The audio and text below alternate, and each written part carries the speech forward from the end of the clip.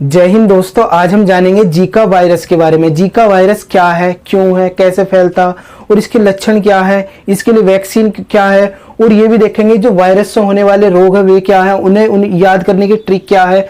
इन सब चीजों को आज हम डिटेल में कवर करने वाले हैं, तो वीडियो को बिल्कुल टकटकी लगा कर देखते रहो। और दोस्तों चैनल को सब्सक्राइब जरूर कर लो अगर चैनल पर तुम नए हो तो। दोस्तों जीका वायरस पहले समझ लो किस फैमिली से बिलोंग करता। जब तुम कहीं जाते हो किसी से मिलते हो ये तो देखते हो ना यार ये किस परिवार का है, तो जीका वायरस देख लो किस परिवार का। तो ये है फ्लेवीवायरिडे। फ्लेवीवायरिडे फैमिली से बिलोंग करता है। ये इस फैमिली से निकल कर आता है। ये वायरस बहुत ज्यादा खतरनाक है और खतरनाक नहीं भी है। क्यों बोल रहा हूं ऐसा, वीडियो के आगे बताऊंगा। देखो कारक फैलता किससे है, एडिज मच्छर। ये मच्छर इतना खतरनाक है, इसकी वजह से ही डेंगू होता है ना, इसकी वजह से ही मलेरिया होता। ये मच्छर रात में नहीं काटता, ये दिन में ज्यादा काटता तो रात में भी, लेकिन दिन में ज्यादा काटता। तो यही कारक है किसका, जीका वायरस का। अगर कोई जीका वायरस से संक्रमित मच्छर तुम्हारे काट लेता तो क्या हो सकता, तुम संक्रमित हो सकते हो जीका वायरस से। समझ गए, जीका वायरस नामक बुखार तुम्हें हो सकता। अब ये बताओ यार तुम जीका कर रहे हो, इसका नाम जीका ही क्यों रखा गया। तो दरअसल 1947 में अफ्रीका के वैज्ञानिक जो रीसस मकाक नाम का एक लंगूर था उसके ऊपर परीक्षण कर रहे थे, तो वहां पे उस बंदर को कुछ सिम्टम दिखाई दिए थे इस वायरस के। उन्हें लगा कि कुछ नया होगा या हो सके सिंपल बुखार हो, तो इस वजह से उसे उस टाइम छोड़ दिया गया। लेकिन 1952 में युगांडा के जीका नामक वन में एक व्यक्ति को ये पहली बार बुखार देखने को मिला। पहले किसे देखने को मिला था, लंगूर को, लेकिन बाद में इंसानों को देखने को मिला। तब जाकर हमने, क्योंकि जीका वनों में इसकी खोज हुई थी या जीका वनों में पहली बार इसका केस देखने को मिला, तो उसके नाम पे ही हमने इसका जीका वायरस नाम रख दिया। समझ गए ना, इंटरेस्टिंग थी ना ये कहानी। तो देखो इसके लक्षण क्या है। लक्षण है इसके बुखार हो सकता है, दाने, लाल नेत्र, जोड़ों में दर्द, मांसपेशियों में खिंचाव, जैसे नॉर्मल बुखार में होता है सेम कंडीशन इसके साथ है। तो इस तरीके की अगर तुम्हें कंडीशन दिखाई दे रही तो समझ लो हो सकता है जीका बुखार से पीड़ित हो। तो एक बार डॉक्टर को जरूर दिखा लिया करो अगर ऐसी कंडीशन होती तो। अब ये बात कर लेते, देखो ये खतरनाक कितना है, कितना इसका असर है, ये जानना तुम्हारे लिए बहुत ज्यादा जरूरी है। अगर कोई नॉर्मल व्यक्ति है उसे इस तरीके का बुखार होता तो हो सकता है 4-5 दिन में इसका बुखार बिल्कुल खत्म हो जाए। तुम अगर अच्छे से अपनी हेल्थ को लेकर अगर तुम अवेयर हो तो हो सकता है तुम इससे 3-4 दिन के अंदर अंदर ये बुखार खत्म हो जाए।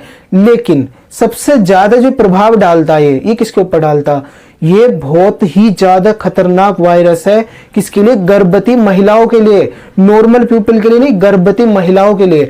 अब तुम कहोगे गर्भवती महिलाओं के लिए क्यों है, दरअसल तुम्हें एक बात बताऊं, 2015 में ब्राजील के अंदर इसका प्रकोप देखने को मिला था। और जब प्रकोप देखने को मिला तो उनके द्वारा यह बोल दिया गया कि कोई भी जो नव दंपत्ति है या दंपत्ति है, पति पत्नी है, वो अभी किससे बचे, गर्भ धारण करने से बचे, प्रेग्नेंट होने से बचे। क्यों, क्योंकि वहां पे जीका वायरस ने अपना असर दिखाना शुरू कर दिया था। और ये बोला जाता है कि अगर किसी गर्भवती महिला को क्या हो जाता है, जीका वायरस हो जाता, तो हो सकता जो बच्चा हो वो उसकी डेथ हो जाए, जो बच्चा हो उसकी डेथ हो जाए, या हो सकता है उसका 32% उसके सिर का विकास रुक जाए। हमारी सिर है इसका 32% विकास होना रुक जाए। तो सोचो आधी खोपड़ी के साथ पैदा होगा वो, तो वो बेकार ही तो होगा ना बच्चा। तो सबसे ज्यादा जो इसका असर है वो गर्भवती महिलाओं में देखने को मिलता।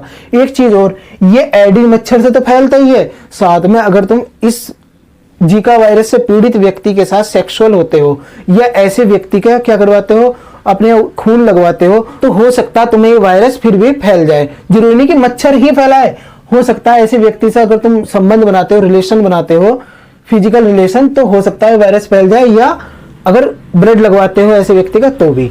तो देखो ये हो गया जीका वायरस, इसके लक्षण मैंने तुम्हें बता दिए। अब तुम कहोगे इसकी वैक्सीन बताओ, तो कोई इसकी वैक्सीन कुछ नहीं है, कहीं पे इसकी वैक्सीन का कोई जिक्र नहीं है, अभी तक वैक्सीन बनी नहीं, तो अभी क्या बताऊं इसके बारे में।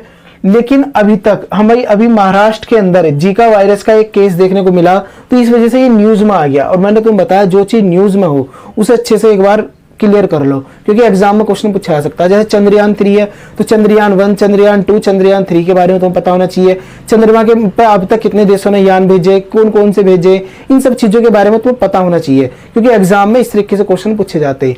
तो इसी तरीके से ये वायरस है, इसके बारे में तुम्हें पता चल गया। अभी देखो जो वायरस से होने वाले रोग हैं वे कौन कौन से हैं। तो देखो एड्स हो गया, चेचक है, एड्स तुम्हारा वायरस से फैलता है, चेचक तुम्हारा वायरस से फैलता है, ट्रेकोमा, खसरा, रेबीज, गलसुआ, इसे गलसोथ भी बोलते हैं, पीलिया, छोटी माता, पोलियो और मेनिंजाइटिस। हालांकि मैंने वीडियो बना रखी कवक, विषाणु और जीवाणु इनसे होने वाले रोगों की, लेकिन एक बार यहाँ पे अगर फिर से अगर कवर कर लोगे तो अच्छे से तुम्हारा रिवीजन भी हो जाएगा। तो देखो ये सारे रोग हो गए, इन्हें याद करने की ट्रिक देख लो।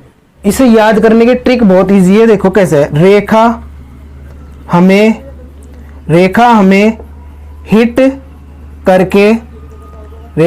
हिट करके पोएचे या पाछे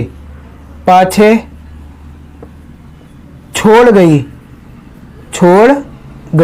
अब कहोगे तुम कैसे है ये, देखो रेखा हमें हिट करके पोएचे यानी कि पाछे छोड़ गई। देखो स्पष्टीकरण, रे से क्या हो गया तुम्हारा रेबीज, खा से हो गया खसरा, है से क्या हो गया हर्पीज और मैं से क्या हो गया मेनिंजाइटिस। ही क्या है इसमें, देखो इस पीलिया को क्या बोलते हैं, हेपेटाइटिस भी बोलते हैं, हेपेटाइटिस। तो इससे ये तुम ऐसे याद रखियो, हेपेटाइटिस या पीलिया, इस ही से क्या हो गया ये हो गया। टे से क्या हो गया ट्रैकोमा, कहां है ये लिखा, और करके इसमें साइलेंट है। पो से क्या हो गया पोलियो, कहां पे लिखा पोलियो, ये रहा पोलियो। ए से एड्स, चे से चेचक। छह से क्या हो गया छोटी